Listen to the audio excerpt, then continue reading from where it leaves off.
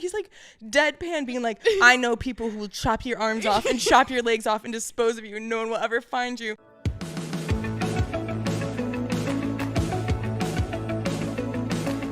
Welcome back to the Twosome.Podcast. My name is Alyssa. My name is Julia. And we are coming at you 2 weeks later, 2 weeks post last episode. Unfortunately, yes. We had a little bit of a malfunction with the mics, which is so unfortunate because I think the past episode that we just recorded last week was our best yet. I agree. I was so excited to listen to it back in my car because I feel like we post the podcast and then I think we both then re-listen to the entire thing like that next day like we're listening on our way to work. We're listening along with you guys to our own podcast. And I was really excited to be able to like sit down and listen to it in full. And yeah, really disappointing. And the turnaround time was just too tight to film a new one. To get it out. Yeah, unfortunately. But here we are back again, and we did a test run. We did a trial run. It sounded good, right? Yeah, the mics are working. Okay. If we lose this, I think we might have to cancel the whole podcast forever. We might have faulty equipment at that point. Yeah, we might have to invest in a new set. We did. Yeah, if anyone wants to donate to our GoFundMe to buy new equipment, we're in the market. That's the word I was looking for. We're in the market. And if you don't have money to donate, you could give us your views on TikTok. We are actually daily vlogging now. Oh yes, we have begun daily vlogging. I know that I've given myself the challenge of posting a vlog every month. Whoa. Every day in the month of May. And today is day 5. It has definitely been interesting. It's been more stressful than you would think. Mm-hmm. I know people hate on vloggers and influencers all the time where they're like, this is hard. But like, damn, sometimes it is. An influencer for a day. Try being in my shoes. Try being my size, Amy. You don't know how it is. Exactly. Okay. It's like at the end of the day when you should be decompressing and you know, hanging out, just getting ready for bed. I'm feverishly editing my little 5-minute vlog for TikTok and putting a bunch of funnies in there. And it's taking me like an hour to 2 hours to edit this 5-minute video. Yeah. When I had a YouTube channel, like in high school, I would vlog on it, and I forgot how draining vlogging is. We're like talking about it like we hate it. We're 5 days in, and we're like, this shit sucks. I only started today. I'm not even 5 days. She's about 6 hours into daily vlogging. I just get so stressed. I think it's because I'm a perfectionist, so if I don't get the right take, I get so stressed because I'm like, well, I can't just like redo picking up my coffee from the barista again. Like I'm just gonna have to throw out the clip. Hey, could you actually take this back? And we're gonna run it back, pretend like I haven't grabbed it, and then have them give it to me. Exactly. Yeah. You're like, can I actually come behind and film you making my own coffee? Can I vlog you at the espresso machine? Get a shot of that. Yeah. But it's fun, I think. It's so far. It's fun for me. Editing is like the best part, and then me too. The even better part is just watching yourself back. It's all done. It's uploaded, and then you're watching it back, and you're like, "That was a good one." You're like, "I did that." You're like, "Ha!" I'll laugh and I'll be like, so stupid. I'm so funny. My favorite thing about this is watching myself in Julia's vlogs because I'm like, "Ooh, I get to be in it, and I didn't do any of the work. I just get a feature for free." Thank God, like, I know that you're cool with filming, but I've only been around one other friend doing this, but I feel bad. Like, I'm like, I don't want to just put the camera on them and make them, like, dance monkey perform for me. Some people are actually uncomfortable by being on camera, like, especially video.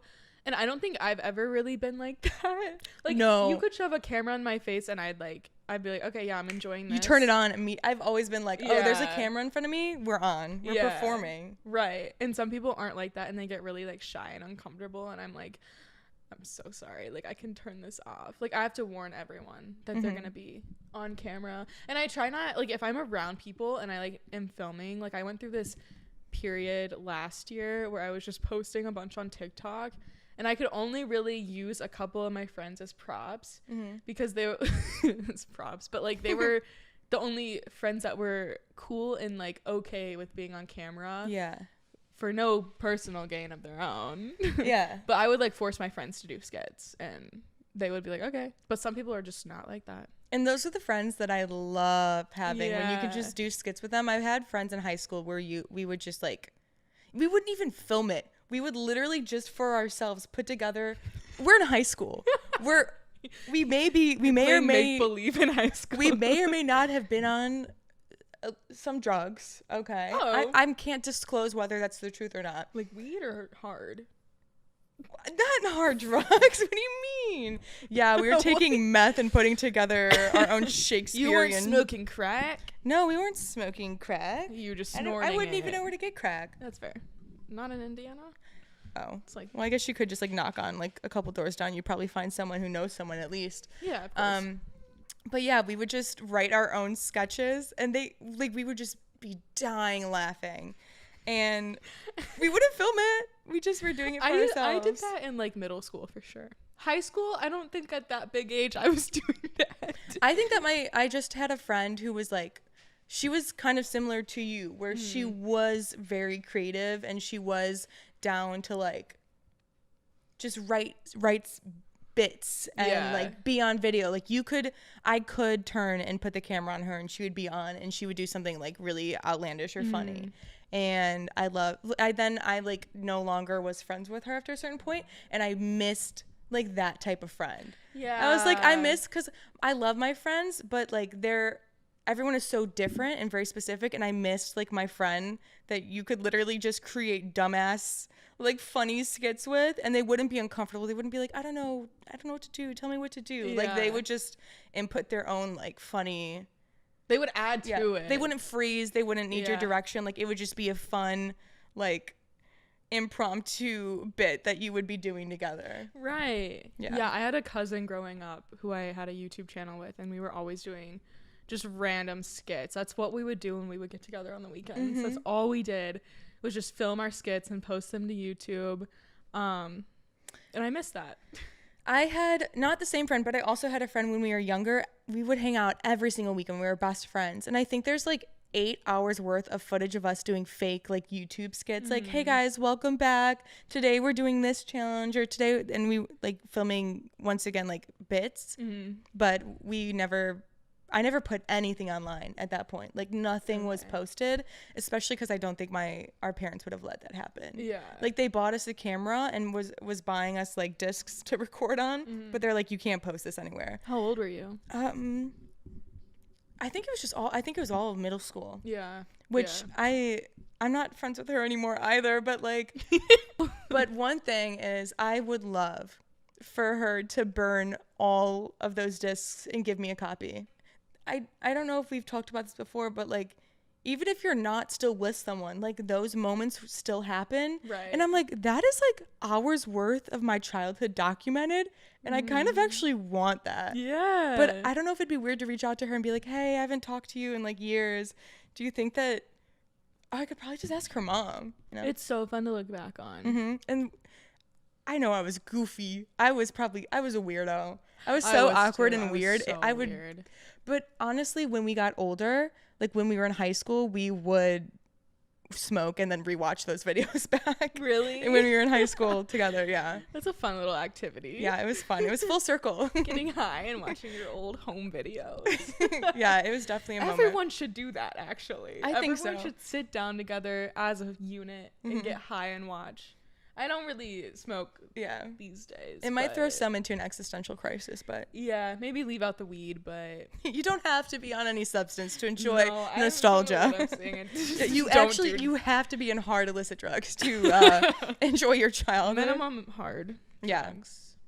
But yeah, daily vlogging, it's been fun. Head over to our TikToks, link in bio. Yeah, who knows if this one goes up today, though, the one that I filmed. I'm getting kind of scared, like... Well, the very first one that I posted, I posted it, and then like 30 minutes later, I privated it. And because I immediately got hit with like embarrassment. I was like, this is like, I didn't even leave my house today. This is my very first vlog. What are they going to look and be like?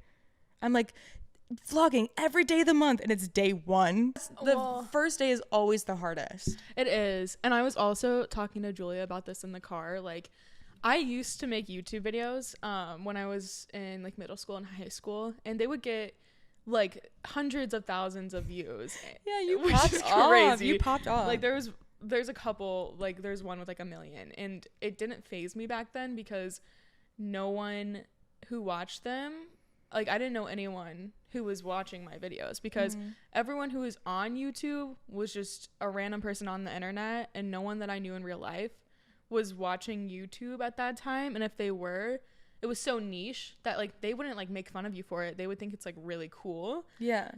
But now everyone's on social media, everyone's on YouTube, so it's not this hidden space anymore. Everyone's watching it. So when I would post a video back then, I would be like, okay, no one I know is gonna see it, so I don't care. It's just people on the internet. And now it's, oh, my neighbor's gonna see it, and this girl that I went to high school with is gonna see it, and my mom's probably gonna see it on her For You page. And that is an unsettling feeling sometimes. I see my mom watching my TikToks. I'm like, damn, Mom, you can't even throw me a like. Yeah. Like, not even a comment. I'm like, come on now. Where's the engagement? Exactly. I'm like, you're a ghost watcher of my content. You're not even going to give me any engagement. Right. But that's really, yeah, when you showed me your old YouTube channel, I was really shocked because what videos did you make?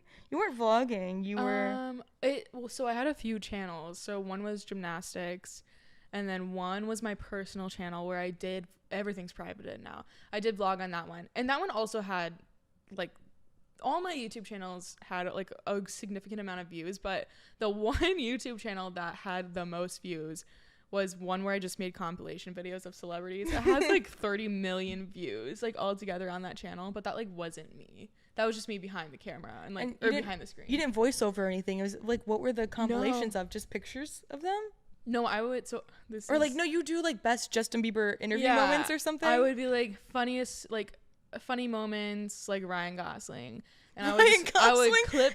You're in middle school making Ryan Gosling funny moment clips. Yeah, so what I would do, so there would be, like, a movie coming out, so they would do a bunch of PR for it, and they would be doing a lot of interviews.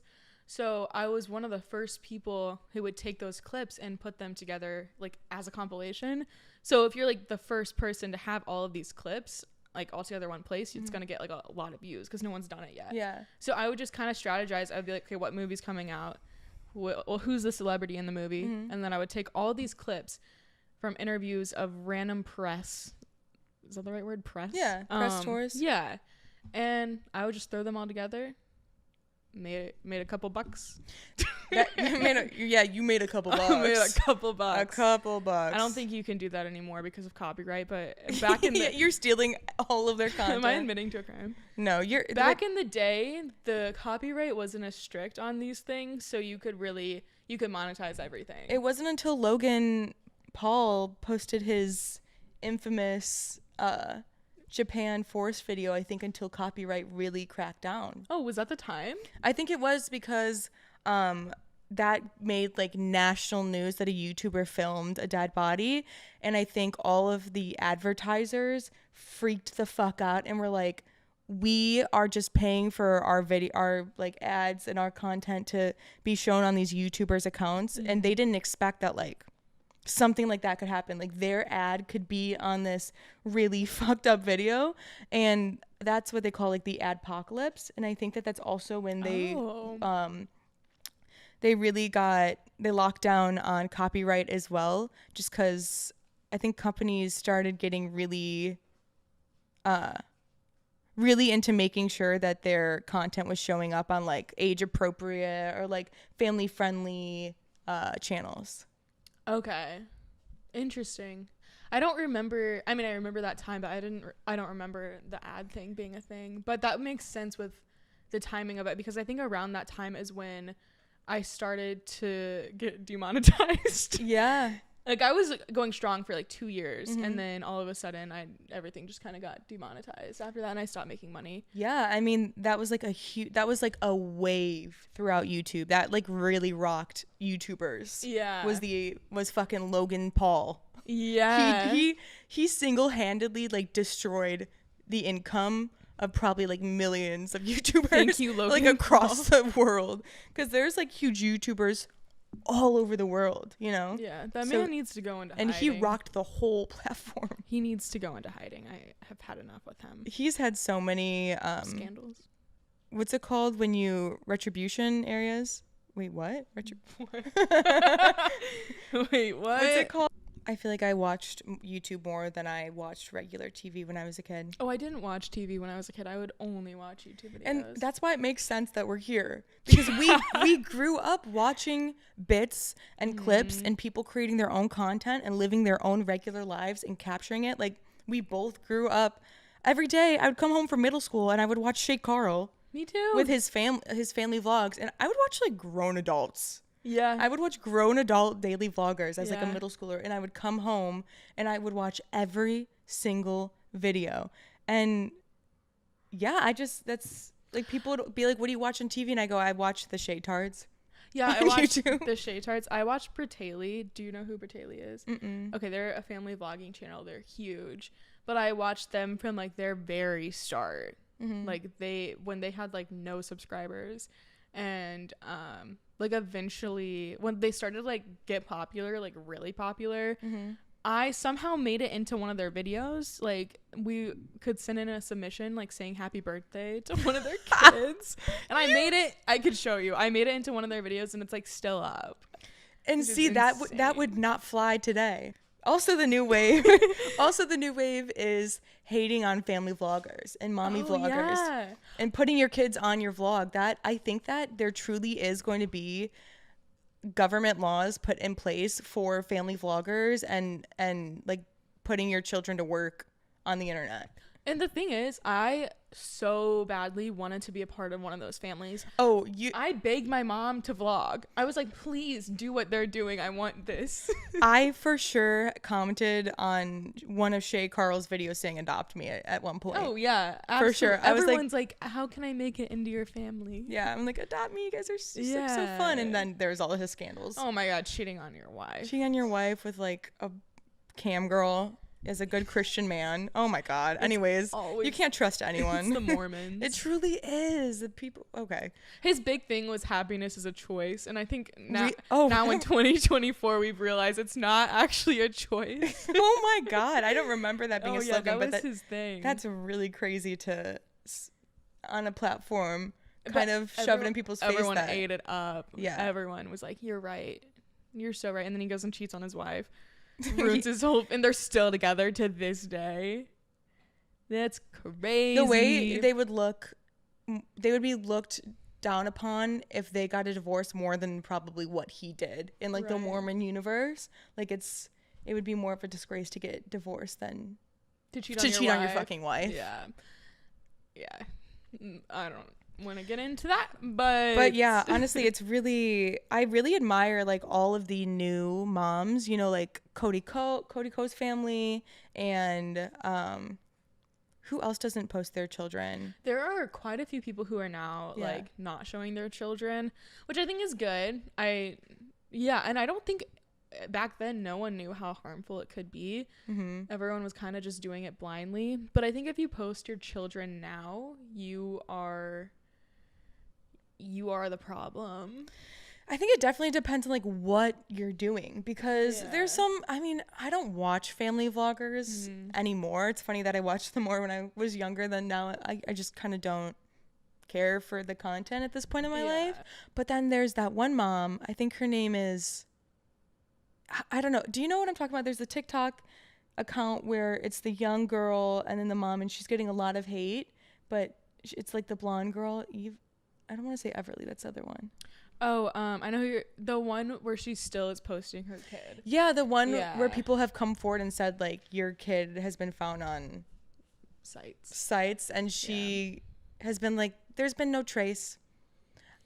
She goes, I haven't found anything. And you are missing the entire point. If someone came to a mother and said your child is on these explicit websites, and you were like, well, I can't see it, so she's not, like, you were being so ignorant and putting your child at risk. Like, you should be so concerned. You should take, like, I don't know, if I was a mom, I'm assuming if I heard that, I would take down all social media accounts of like any trace of my child would be gone. Oh, for sure. I would be sick to my stomach. Oh, and I would be going to the police. I would be like, help. Well, she did. She's like, oh, I talked to the FBI and they haven't found anything. I'm like, what do you mean you talked to the FBI?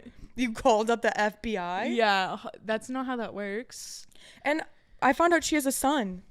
She has a son? But she's never posted. So that makes it even worse. Like, oh, you literally only post your little girl and you have another son, you have a son and no one on the internet knows he exists. That's insane. You only post your little girl. That's so crazy. So weird. That's sickening. It truly is. I don't know. There have been other mommy vloggers that have like gotten heat and they stopped. They just took their kids off the internet. Yeah. And I mean, respect. Yeah, your income may take a hit, but what about your child's well-being? Yeah, if clearly you did not have children for the right reasons. Absolutely not. That's happening. Yeah. I think it's insane. Yeah. I don't even know that if like I didn't ever reach a point of, you know, fame and notoriety. Notoriety. Yep. I don't even think I'd be putting my, like, if I was a regular person posting my kid. I think that I'm going to have like a private Instagram account and only family and friends can follow. They're not just going to be. Yeah, I think if you are explicitly posting your kid, you are explicitly using them for money. And yeah, you should not have a platform for that. I don't know. There's like there's a line between like that and like child actors. Like, well, they don't get these children in vlogs. They don't get any of the rules that child actors fall under. Like like working a certain amount of hours. They have to have this amount of money like put aside for them. Right. Yeah, and that just doesn't exist except for in Illinois. Illinois, I think, was the very first state to pass a law where, oh my God, I feel like I know vaguely what you're talking about. Yeah, let me look it up on Google. Illinois child content. Oh, I don't know if that's like, I don't know. Whoa. Maybe don't type that into your search bar. Illinois. Oh my God, that reminded me. Do you know Leo Skeppy? Yeah. Have you seen the video of him saying how he would chop up his ex? Oh my God, that video is insane. He's like deadpan being like, I know people who will chop your arms off and chop your legs off and dispose of you and no one will ever find you. I'm like, there's not even a punchline to that joke. You're just like. No, he was being so serious about his plan and I'm like, pretty sure number one thing, like grounds for a mental hospitalization is having a plan to either murder yourself or murder someone else. I premeditated and then posted it online is crazy. That and the fact, how long did that take to get noticed? Was that like a recent video or a recent podcast? Because I used to listen to his podcast. I've listened to all of them. So I'm like, was that like a posted one recently? Because it had to have been. I've never heard that until recent. And then that's like right after him being like, you're sad because you're fat. Yeah. He's on a career canceling speed run. That's horrifying. Like if I was friends with him, I would be afraid to. I was going to say I would start to distance myself, but then I'm like, I would be afraid to distance myself from him because what if he got mad and killed me? Why is he so angry? Yeah, why is he so angry? I'm like, you're now you're skinny and angry. You're fucked in the head. You are fucked in the head if you can sit behind a camera and explicitly write out what you're going to do to your ex and how you're going to kill them. And like, what did the ex do? Probably nothing that bad. Nothing really justifies being chopped up in little pieces and dispersed throughout California. And left as a nub. Oh my, yeah. Didn't he say he was going to leave him as a nub? That is wicked. That's truly wicked. You're fucked. That is so scary. If I was the ex, I would like for real be freaked out. I would take that video to the police and be like, here's proof that I need a restraining order. Wait, yeah. Oh my God, I would be terrified if I was that ex. That is the fact, and it was the fact too that he was like, I'm gonna kill him and then kill myself. So like, oh, that's even scarier because if like double homicide. If someone really wanted, like, if you were gonna kill yourself anyway, why would you care if you murdered someone? Yeah, that's like a very common thing that's in domestic violence. So fucking scary. Why are people insane? There's so many stories of women, like the families is seemingly okay. The family. Oh my God. What the fuck is wrong with me? Family.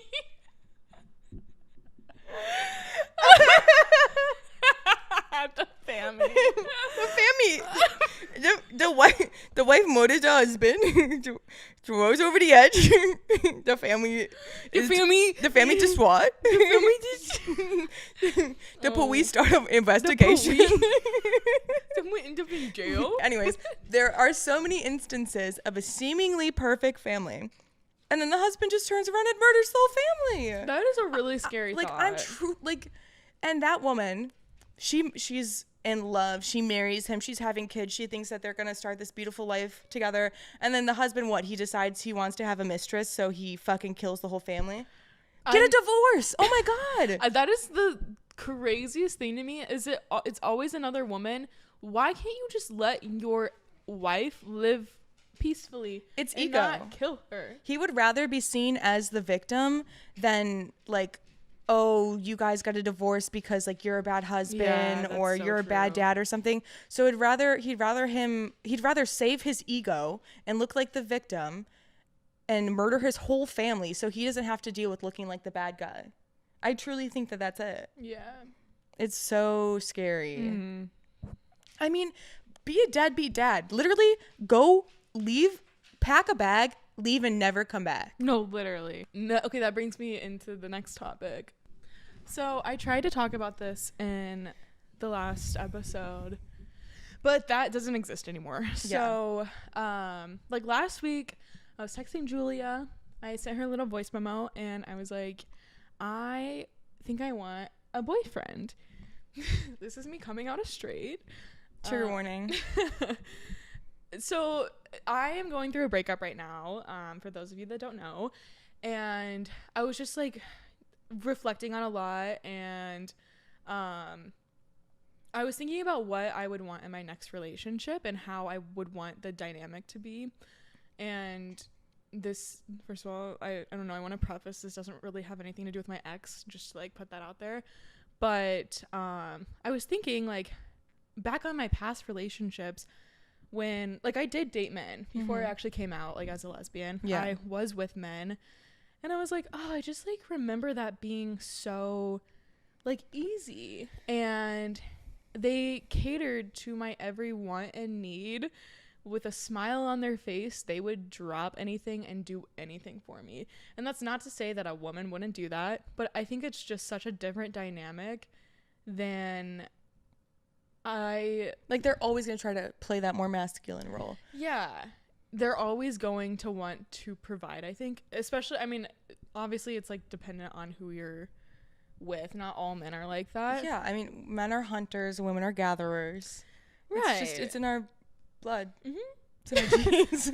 And I also think like I'm not super femme, and so I've never played into like, I always kind of lean more masculine anyway in a relationship. So I'm always the one who wants to be doing the masculine things. Like I can fix anything. Like I can build anything. She knows her way around a wrench. I know my way around a toolbox, and that's just like something, I don't know, that's like innate within me. I don't expect my partner to do those things, because like I feel like I'm like, okay, well I have this handled. Like I've only been in I've only been in 2 labeled relationships my whole life, one with a man, one with a woman. And the one with the woman, she was more masculine presenting, and she would love to play that role. Like she wanted to like build something for me. She wanted to carry something for me. And that was, yeah, I did enjoy that. It was fun. It was cute. I was like, oh, she wants to do things for me. I feel like that was a pretty 50 relationship. Like in terms of like masculinity, I feel like maybe she had more of like wanting to do those heavy lifting, and that's the mask part that comes from her. And I feel like I had the more mask, just like personality in terms of like assertiveness and just how I come off, but I do prefer a more like equal give and take. Like, you know, some days someone's going to do more of the heavy lifting than others, and I think it's really important because sometimes in the some queer relationships want that. Some queer relationships, they want to be the mask, and they want there to be a femme, and they want that like heteronormative structure in their relationship. But I think that something that I know, I'm not masc, but I have, you know, seen other masc presenting people on social media at least saying things like, I want to still be treated like a girl. Like, I'm still a girl. I still want to be treated like, I don't want to be put into the boyfriend role automatically. Like, there should be more give and take in those like gender norms. And I think in queer relationships, it's easy to get pigeonholed. And maybe it's not even your partner's fault, you know? Yeah. I agree with that. I feel like I always lean into that role. But I can't even say that I've had an experience where I felt like I was being treated like a man, because I don't think anyone I've ever been with has treated me like a man. So I don't even know really like why I was so hung up on it. So you're saying that you want a boyfriend because you just want to be catered to, coddled, baby? Maybe. I don't know. I think, you know what I think it is? I think I said that because I think I wanted a break from doing things for myself. I'm obviously going through a breakup, so I don't have that person who is like there anymore. And I'm like super dependent, or I'm super independent to begin with. So even when I'm with someone, I still have a lot of that independence, and I don't really ask for a lot. And not that like everyone that I've ever dated like has never not put in their like equal share, you know. Don't look at me like that. Why are you trying to beat her? You're like lying. You're like not telling the truth. What are you saying? Okay, no, what I'm trying to get at is, don't censor yourself. I think what I wanted in that moment, and right now I want, is someone to do everything for me. And I don't want to put no, I mean, it makes sense because I also am like a fiercely independent person. But I remember talking to my friend the other day about how I like woke up in the morning and I was thinking about, okay, what am I going to make for breakfast? And then I just had a moment where I was like, I wish I had someone to make breakfast for me. Yeah. Like, I make breakfast every single morning for myself.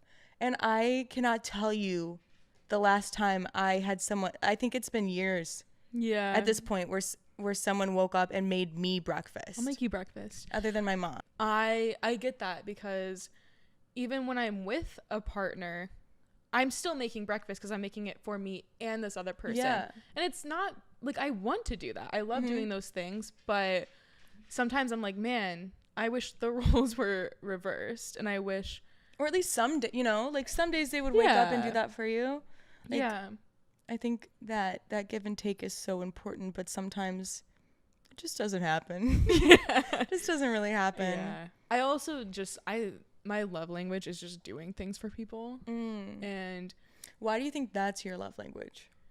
Well, I think that's how you're gonna get love. Yes, is by catering to them. Yeah, I think I've always been, and I don't claim to be anymore. I used to be a really big like people pleaser, because that's how I like learned to receive like love and affection, and I'm not so much that way anymore because I have learned to kind of steer away from that, but set boundaries. Yeah, but I think that still plays into my love language a little bit, because yeah, I'm like, well, if I do this thing for you, then you'll have to love me.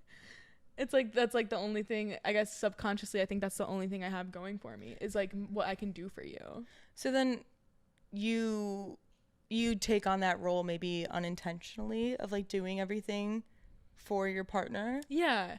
And then I think it gets to a point where I realize that it's draining me a little bit, and it's not healthy at all. And I also have a really hard time asking for things. I don't really express my needs, which is my own fault in doing, obviously, and that's not like the other person's fault if I don't express it. But yeah, I think it's just trying to overcompensate, I guess, for something that I think is missing. I don't know. It's really interesting, like how your childhood could play into your romantic relationships and even friendships. Like, I've always been that way with friends. I've always loved to do things for them. Yeah, that's so true. Your childhood definitely affects how you act as an adult. I mean, I think we had similar childhoods where we were very independent. We had to do a lot of things for ourselves and figure out a lot of things for ourselves. And for me, that's carried into my relationships and my friendships, where I like feel bad for asking for help. Yes. Because I've done everything by myself, and I feel like if I ask for help, I'm annoying them, because like, why couldn't I just figure it out myself? I should be able to figure it out myself. Right. And I'm burdening them by asking to like drop me off somewhere, or like, can you help me pick up this thing from Facebook Marketplace, or whatever it is. And but I don't find that annoying when my friends ask me for help. Like, I'll be like, yeah, sure. Yeah. So why do I feel so bad about asking for help from other people? It's such an interesting thing to deal with. And then also just like being like soft in friendships and relationships. I feel like I grew up so hard, like trying to just be like never needing anything, never asking for anything, not being emotional, figuring everything out for myself, like being a very like fuck you type person, like, and yeah, definitely. And I think that that's maybe why I've fallen into, I don't want to say masculine roles even when I'm dating men, but I feel like coming in like too hard into relationships and friendships, and like not being soft, not being vulnerable, not being like, oh, okay, love you, had a great day with you. And I think that maybe because I've felt like I'm such a hard person, I'm so unlovable, I'm so hard, I don't need anyone, I don't need to be in a relationship, like I can do everything by myself.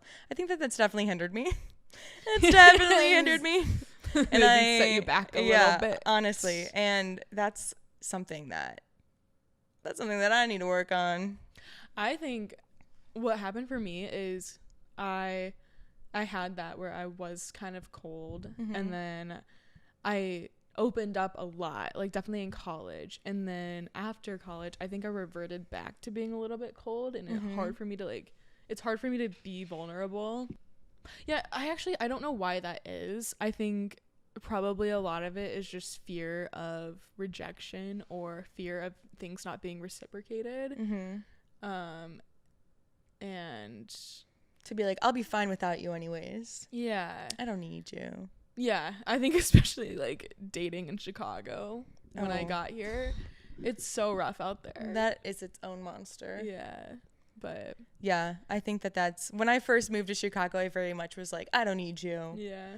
I don't need you. Get out of my face. Yeah. And then I was like, oh my God, I probably have pushed away some really nice people because I'm just a little shithead. Yeah. And I thought I was too cool for school. Like becoming friends with like the new people that I have in the past couple of years, I think that I did come from groups of friends that like just, we were all hard. We all like shit on each other and like poked fun really aggressively, and there was not like any vulnerability in those friendships. And I think like coming from a not vulnerable household to not vulnerable friendships, and then entering the world alone, essentially, like moving to Chicago by myself, yeah, there was a lot to learn of just like how to be open to the world, how to be kinder, how to like let in more positivity. And that's a journey. That's a long journey. It really is. Yeah, being softer and being kinder when you've grown up in a really cruel like environment. And the world is so cruel. It's like, what? It truly is. Life's hard. Life's hard. The hardships of adulting. What was your point? My point was, you just want, sometimes I just want like a part-time boyfriend. I guess I just want someone who's... It's called a guy friend, I think. I think I need a mask best friend. You're my mask. You and Nadia are my mask best daddy. friends. I just don't know. Because I say that I just want someone to do everything for me, but that's like not even true. If I actually was in a relationship, I wouldn't want that. But I think, you know what it is, actually? When I was dating these men, I didn't have like an emotional... I mean, I didn't have a real... Connection? I don't want to say connection. I wasn't romantically attracted to them, or I didn't have like romantic feelings, I guess. So they were just your buddies? They were just my buddy who wanted to do everything for me.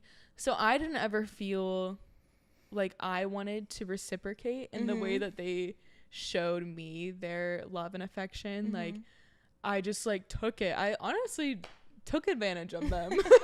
But I didn't realize it at the time. Yeah. I was just like, oh, this is like how it's supposed to be. That we're just playing into the gender roles, and you're supposed to take care of me, and I'm just supposed to be here. And you cooked and cleaned for him? Yeah.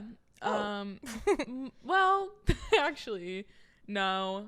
I would say I brought up the Dallas guy, right? Yeah. How he flew you out. That's so when crazy. I like lived in his apartment for those couple of weeks. Wait, you were in Dallas for weeks? It was like, I think it was like it was 1 week and then 2 weeks. Oh, wow. But honestly, I don't even think I cleaned, which would never happen. If a woman flew me out to her apartment, I would be deep cleaning her apartment every single day that she's at work. I would be cooking for us when she got home. I would go do the grocery shopping. I didn't do any of that for him. I just like sat there. I would hang out at the pool. Like, I just wouldn't. So you were living the life. Yeah. You were on vacation. Yeah. So that is so nice. Yeah. So I think that's what I mean is I want that person. But if I was obviously dating a woman, then I wouldn't let them just do everything for me.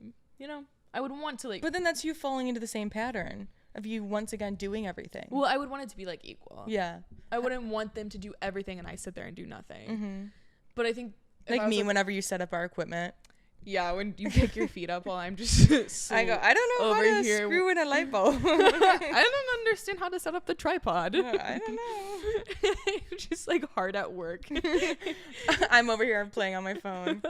I'm editing my vlog, okay? Yeah, just a vlogger. Influencer. Wait, can you tell this? So you were approached last week by a man who wanted to use you as a model. Yes, I was scouted on the streets of Indianapolis, Massachusetts Avenue, if you're familiar.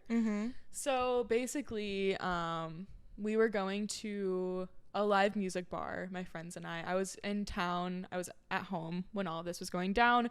My friend Allie happened to be in town as well, and then some of our other friends were in town. It was kind of random. My mom drops Allie and I off downtown. My mom drops us off at the bar. My mom takes us to the bar because she's so kind. We get there, we get a drink, we sit down, and I look around and I realize I am not who I was 4 years ago. I used to love this bar. I look around and I'm like, wow, I'm surrounded by a bunch of straight frat stars and people who I went to high school with, people I went to college with.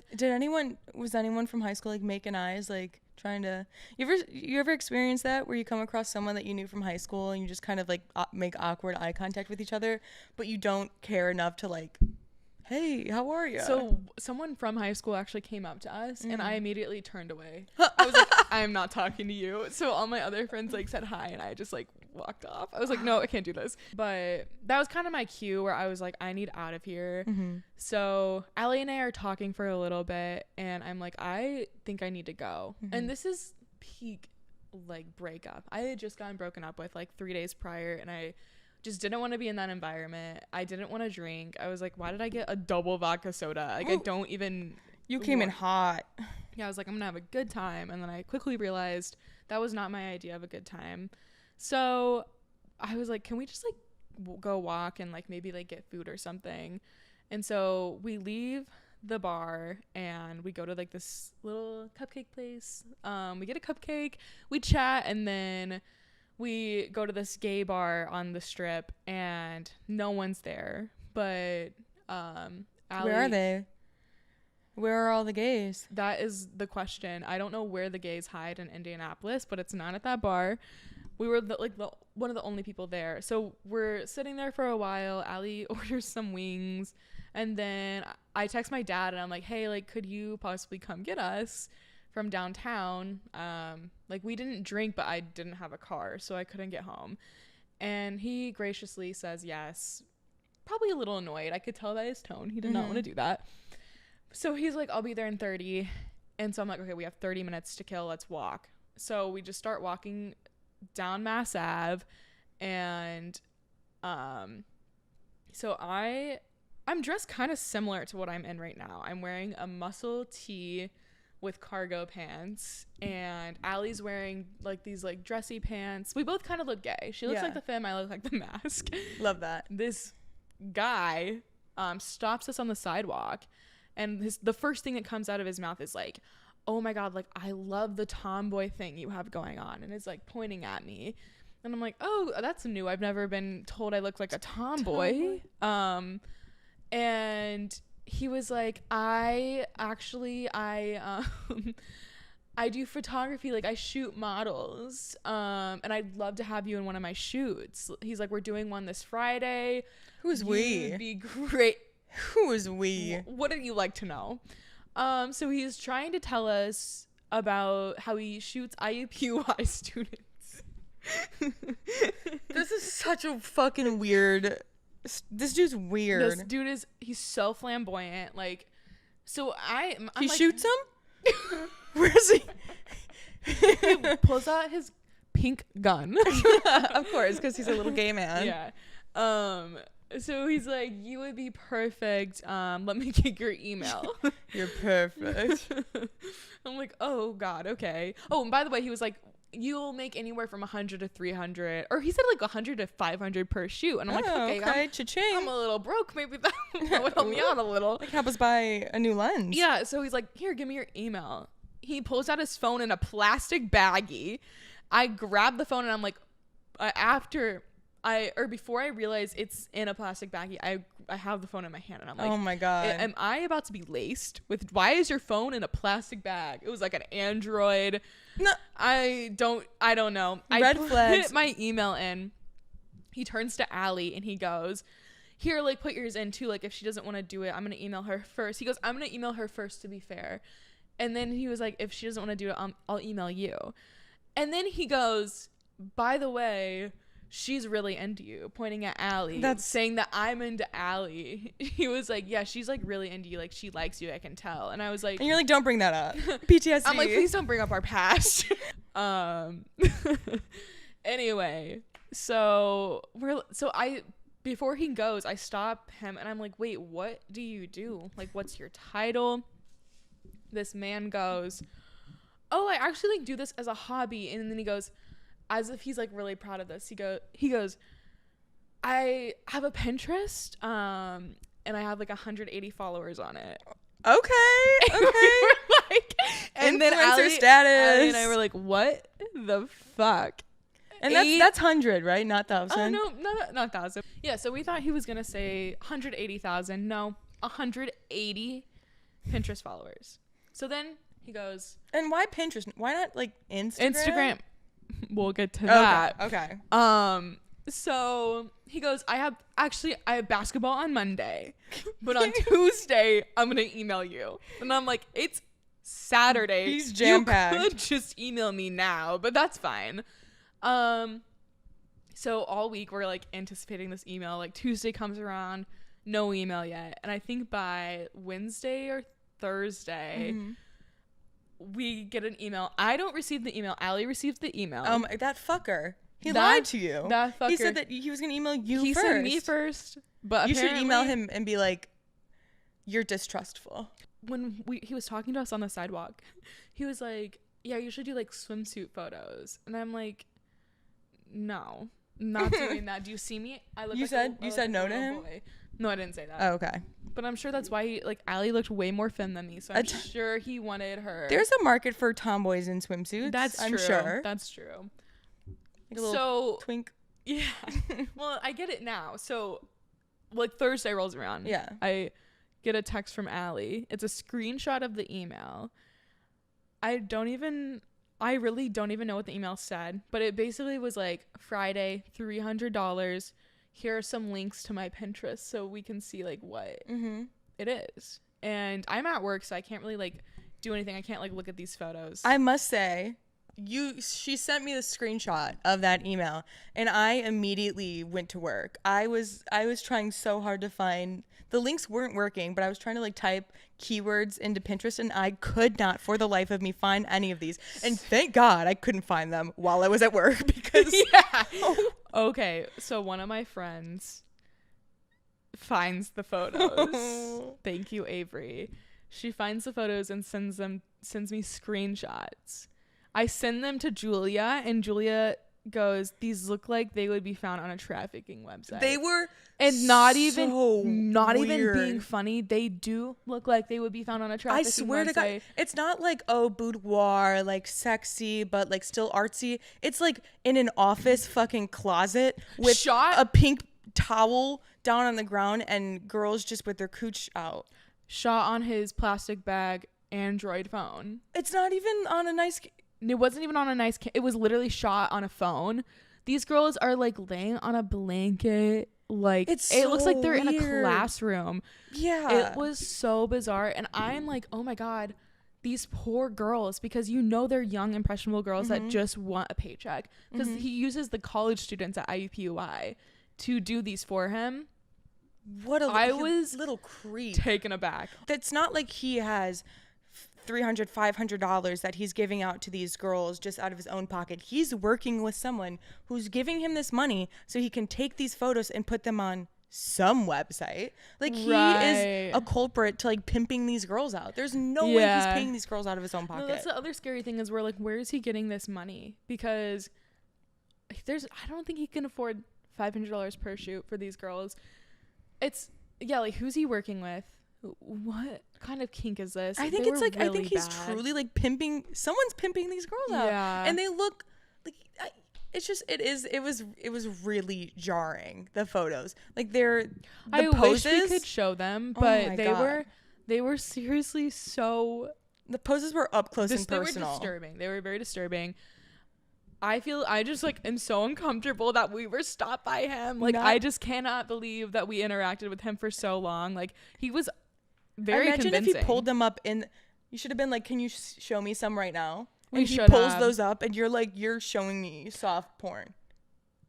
I would have ran. Or porn, essentially. I would have ran. It was frightening. And what is it with men and saying they're a photographer, but in reality they just want to get girls half naked in a room alone? It's so fucking weird. It is fucking weird. And I swear that stuff only happens to Allie and I. We're the only people who really weird things happen to. Like, of course we would get stopped by a guy. I'm just so perplexed by him being like, I have 143 followers. And the photos are just porn. What are you talking about? What is the rest of his Pinterest? How is Pinterest not taking these photos down? That's what I'm saying. I'm like, I guess Pinterest has loose laws. Pinterest has some loose policies. Yeah, I don't know. Yeah, I mean, I'm not gonna lie. I was like, $300 could use that. Could but really use that. Not enough to have those angles of you out on the internet. No, that would have been very. If I'm gonna be posting photos like that, it's gonna be behind paywall under my own account.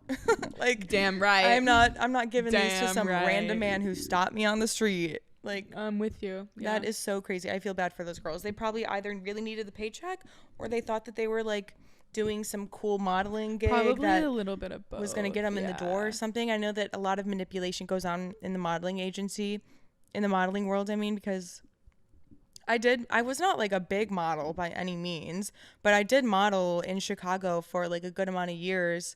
And even I was approached by like weirdo men who would be like, I want to collab, like, I love your look, let's collab. And I was always interested in a free collab because professional photos for your book are like, you're like $500 for one shoot to build your book up. Right.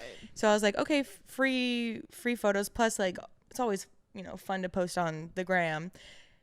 And I'd be like, can you send me like some examples of the vibe we're going for? And they're sending just like naked girls or like girls in their underwear. And I'm like, I'm not doing that. Yeah. Like, you're just a perv with a camera. There is a huge list of like photographers to not work with in like the creative industry. I think it's like literally just a Google Doc. Fucking men get a nice camera and they think that they can just put these women in vulnerable situations. You don't even have to have a nice camera, I guess. You just need an old Android in a plastic bag. Yeah, so weird. Men need to get a grip. They can get away with so much with women, and like if it's so sad because there are so many like vulnerable women who aren't like with these IUPUI girls. They just needed a check. It's just young girls, and they don't. I'm not saying that they don't know what they're doing, but it's like when you're that age, you really don't. Those photos are now out there forever. And if you want to transition into sex work, then all right, you got your jump start. But true, yeah. Like if not, if you're just doing that for a check, those photos were a lot. They were not good. They were a lot, and they looked bad. They looked like they were kidnapped in a fucking room, like an office. It was really so weird. It was so bizarre. But I'm glad that, you're not going forward with that photo shoot. Too bad. That could have been your big break. That could have been my big break. I'll get them next time. Yeah. All right. I don't know how much comedy we hit in this. Well, queer comedy podcast turned dark, sad. The secrets of the industry. Secrets of Hollywood. Industry secrets, yeah. Yeah, so sorry for little vibe killer, but we hope you guys enjoyed this episode. We're so sorry about last week. Yeah, I know we have some regular listeners, so we're sorry that we didn't come out with an episode, but yeah, we're back, and you can just enjoy our vlogs to make up for it. Exactly. Pop over to our vlogs. I said head over to YouTube. You can rewatch the video version. If you don't know, we do post on YouTube as well, and then we also are on TikTok and Instagram. So yeah.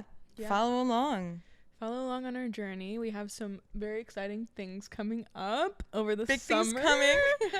Big things coming. Yeah, and thank you guys so much for watching and listening. We're happy to be back on your weekly schedule. We are. We will see you guys soon.